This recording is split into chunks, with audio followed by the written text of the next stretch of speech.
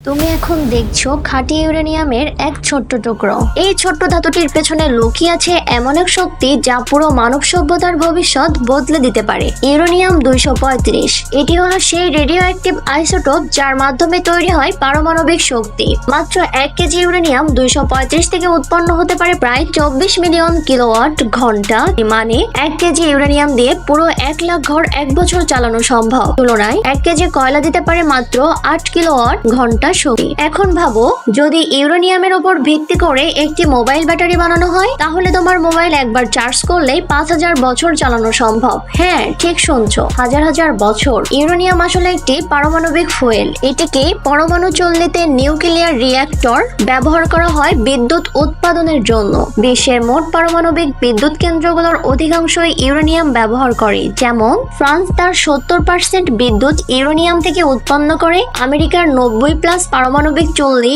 Uranium ভিত্তিক। শুধু একটি ইউরেনিয়াম রড 1 বছর ধরে চালাতে পারে একটি সাবমেরিন বা একটি মহাকাশ যান। কিন্তু বিপদও কম নয়। এই শক্তি যদি সঠিক হাতে না থাকে তাহলে হতে পারে ভয়াবহ ধ্বংস।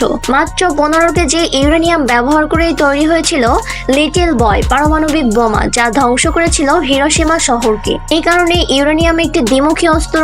একদিকে এটি ভবিষ্যতের শক্তির উৎস, অন্যদিকে এটি ভয়ঙ্কর ধ্বংসের বাহক।